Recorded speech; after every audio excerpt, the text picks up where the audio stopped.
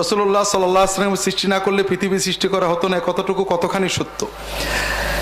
এ কথাটুকু কোরআনেও নেই, হাদিসেও নেই। লাউলা কালামা খালাকতুল আফলাক, এটা জাল হাদিস। আমার এখানে দুটো বই আছে, একটা আমার লেখা হাদিসের নামে জালিয়াতি, আর একটা ফুরফুরার পীর আবু জাফর সিদ্দিকীর লেখা আল মওজুআত।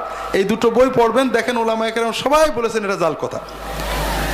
আর আমরা নবীজির দাম বাড়াই কি দিয়ে? নবীজি সৃষ্টি না হলে দুনিয়া সৃষ্টি হতো না, এটা কোনো নবীজির দাম বাড়ে না।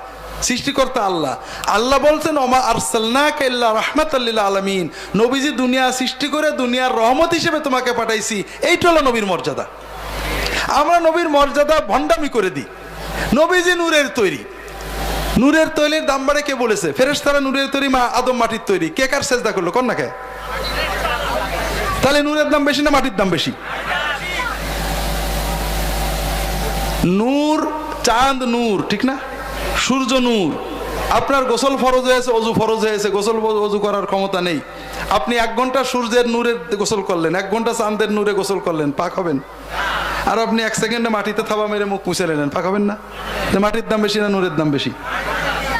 এই সমস্ত প্রথম যে এই যুক্তি দেয় হযরত ইবলিস, সে বলে আমি আগুনের তৈরি, আদম মাটি, আমি দাম বেশি। আমরা ইবলিসের তরিকায় আছি।